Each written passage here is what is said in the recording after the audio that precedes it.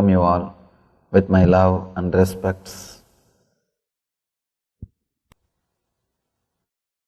Today's subject is awareness, the gates of God. Today we'll go deep into the subject awareness. Shiva is expounding a new sutra. From today he starts speaking on a different center. Last 4 sutras are related to breath. Today he is moving to a different center. Let's see the sutra, then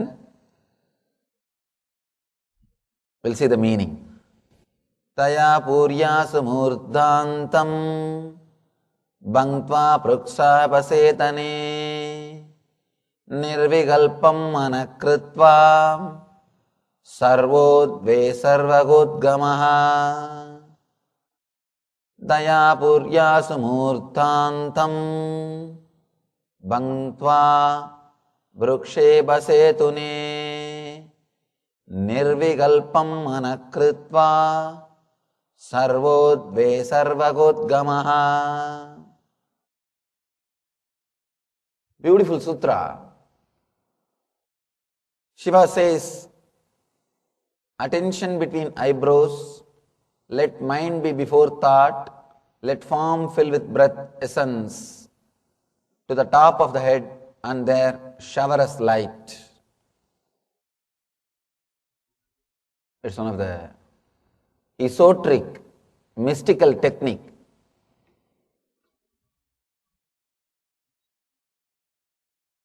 First time he is introducing esoteric techniques to us. In the first 4 techniques, Shiva was very plain, simple, direct. He is just making us feel comfortable. He is giving us feeling of homeliness. Now he is taking us to a deeper level. He says, attention between eyebrows, let mind be before thought, let form fill with breath essence, to the top of the head and there shower us light. Attention between eyebrows. He speaks about the third eye, what we call Ajna Chakra. The whole East, all Eastern religions or the faith groups, masters, mystics, whoever is from East, continuously they work on Ajna Chakra. They work on the third eye. Whether it is Hinduism or Jainism or Buddhism, any other spiritual group from the East, they will be working on the third eye. Third eye is a great gift given to the planet Earth from or by the East.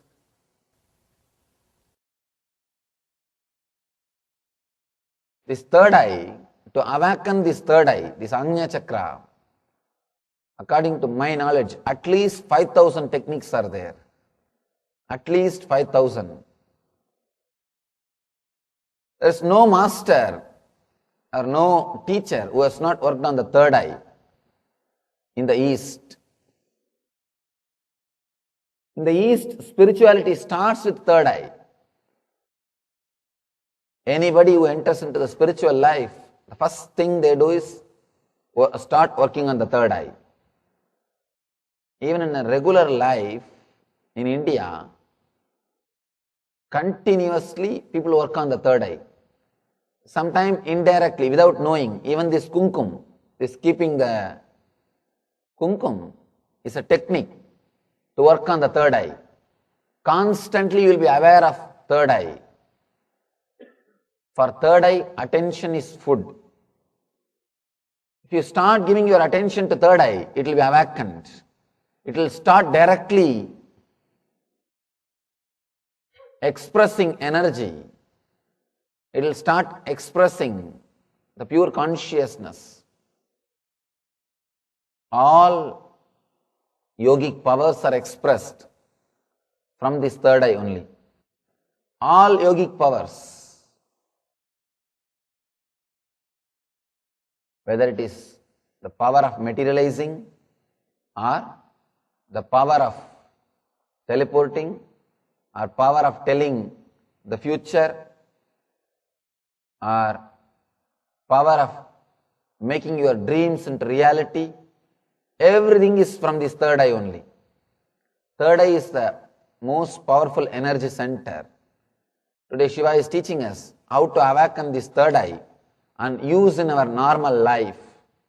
One simple thing, very simple thing, I can tell you about third eye. If somebody is sitting in front of you, just look at his third eye. You don't even have to look from front side. Even if you look at back side, just for a few seconds and give a command, turn back and see, or give any command, you will see he will do. Simply you will see he will do. Now you can check. You can test with your neighbor. You can check with your neighbor. You don't know the power of third eye.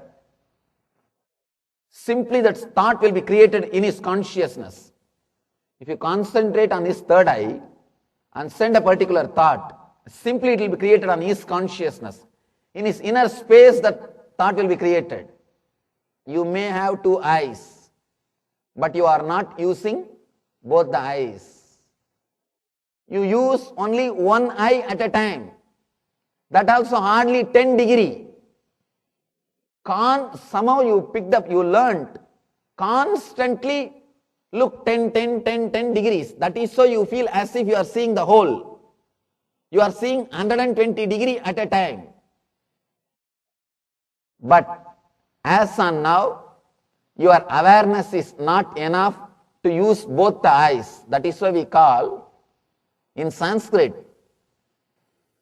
when it comes to senses, they say chakshu. Chakshu is not plural word. Please be very clear. In English we use the word eyes. In Sanskrit they use the word chakshu. They don't use the word plural. They use only singular word. Only for enlightened beings they use the word trinetra. Either you have three eyes or you have only one eye. You don't have two eyes. According to the mysticism, they have only singular word or the three. In Sanskrit we have three things. Sanskrit is not like a singular and plural. Singular, dual and plural. The language is beautiful and it is created only for mysticism. That's the reason the language is directly related to spirituality. In Sanskrit you have only one word, chakshu, means singular. As on now, you have only one eye. Never ever think you have two eyes. You may have two instruments, but you can't use it. There is an energy which looks through the eye. That is active only in one eye.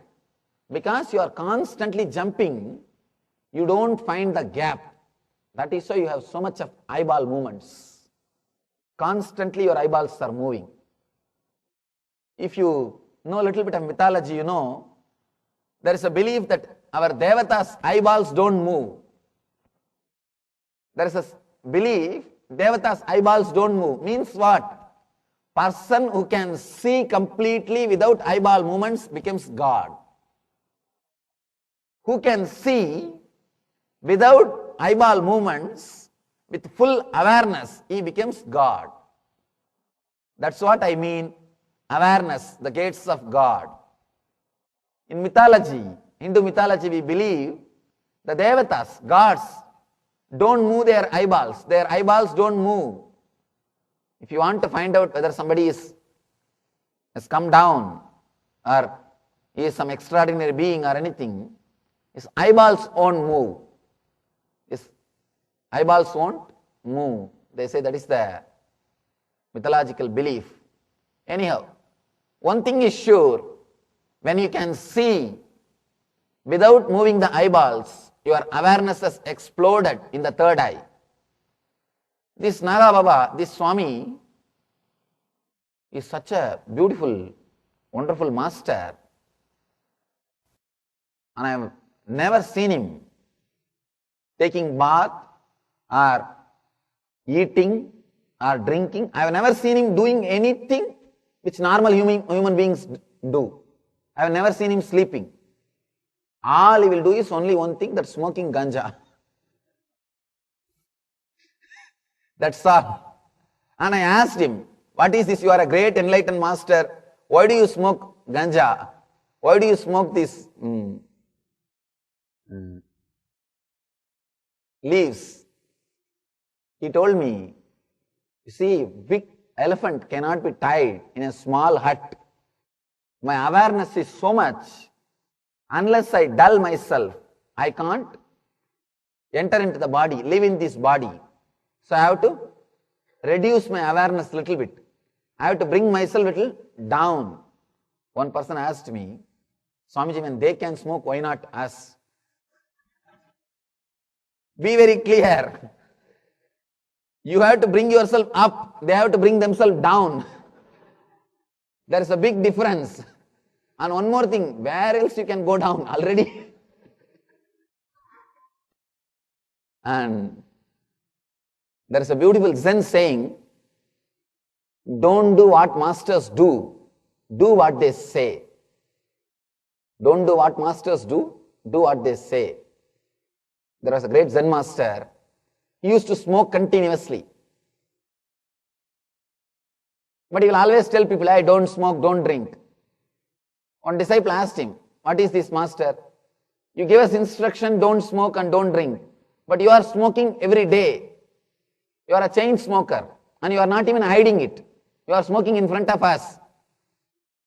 Then master says, beautiful saying, I don't have to follow what I teach because I am not in the same plane to whom I am teaching. Beautiful truth. I don't have to follow what I am teaching because I am not in the same plane to whom I am teaching. Great truth. Anyhow, this Baba, he will make everybody to sit and do the same thing unless he is very clear that person is aware of all the 3 points without moving his eyeballs. He will not allow them into his class. But once he accepts them into the class, he will really take care and see that the person achieves some spiritual experience. I wanted all of you to understand about this 120 degree and 360 degree vision, because that is the base of this whole technique. This whole technique is based on awareness, and especially the awareness about the third eye. The idea about the third eye. And one more important thing, if somebody's third eye is awakened, you will see totally different grace around him. Apart from the physical measurements, you will see a different grace. See, beauty comes and goes by age, but the grace is totally different. It is nowhere related to body. It is nowhere related to age. It is something beyond age. A small story. One actress was asking the photographer, what is this? Last time when you photographed me, it was so nice. Now you have done such a bad work. What is happening? Photographer said, yes, last time when I photographed you, I was 10 years younger. I was 10 years younger. Be very clear. Beauty comes and goes with the age. Or it is directly related to spare parts. All painting, spare parts. In the West especially, everything is spare part. The night time, everything is removed in the hanger. Morning you put on, night everything is on the hanger in bedroom. Everything is spare parts. Beauty is related to spare parts and grace is related to your being. When your third eye is awakened, beyond the body something radiates around you. I have seen that grace in that great Naga Baba. He is a man, black, tall person with a long jata. If you see him first time, naturally you will feel frightened. But there is something around him, a tremendous grace. Just like a child, his whole body and his whole being was so alive, just like a child. I can imagine how Shiva would have been by remembering him. Great Mahatma. Anyhow, let us understand about this third eye. As on now, we have only vision of 120 degree. If you can concentrate on something, you will be excluding. So the degree will be coming down. The more you concentrate, less the degree of vision.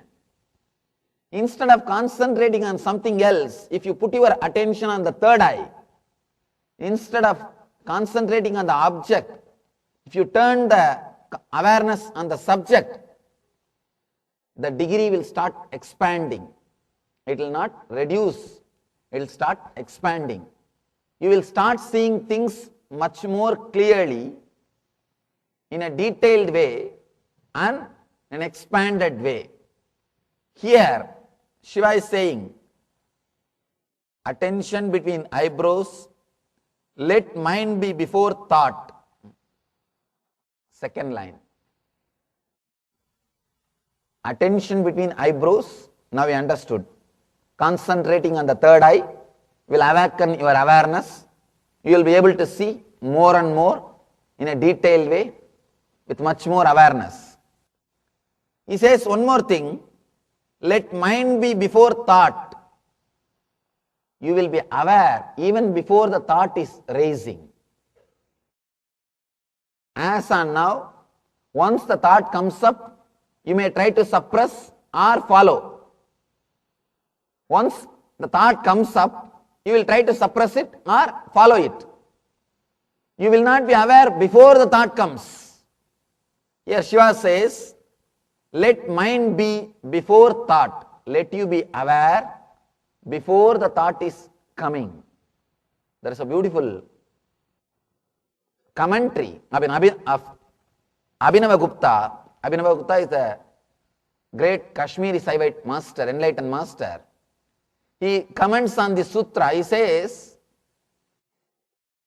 creating, maintaining and destroying, these three are the responsibilities of Trinity. Brahma creates, Vishnu maintains, Shiva destroys, Rudra destroys. In your mind, you do the three work continuously. You create a thought, or maintain a thought, or suppress a thought, kill a thought. If you don't do all these three, you will become Parabrahma. You will become enlightened. You will go beyond this Shiva, Vishnu and Brahma. You will go beyond this existence. As on now, you are doing these three work, creating, maintaining and destroying. If you don't create a thought, if you don't maintain a thought, and if you don't destroy a thought, suddenly you will be awakened to the reality, to the ultimate reality that you are Parabrahman, you are existence. Shiva says here, if you are concentrated on the third eye, you will be aware of your thoughts. Even before your thoughts are raising, you will be aware. Let mind be before thought. You need to understand this one thing deeply. This is the greatest liberation. Being aware before thought raises is the greatest liberation.